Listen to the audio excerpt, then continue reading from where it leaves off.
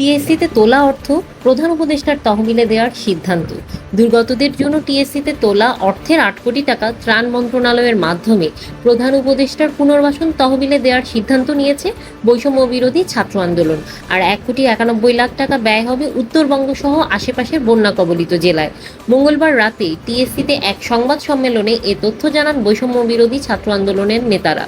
তারা জানান, শিক্ষার্থীদের পর্যাপ্ত লজিস্টিক সাপোর্ট, টেকনিক্যাল সাপোর্ট সহ বিভিন্ন সীমাবদ্ধতার বিষয় বিবেচনায় সরকারের তহবিলে টাকা দেওয়ার সিদ্ধান্ত নেওয়া হয়েছে। এছাড়া সরকারের তহবিলে অর্থ প্রদানের মাধ্যমে দুর্গত এলাকায় এর সঠিক ব্যবহার সম্ভব বলেও মনে করেন তারা। এ সময় সমন্বয়কদের অর্থ আত্মসাতের বিষয়টি গুজব ও ভিত্তিহীন বলেও দাবি করেন তারা।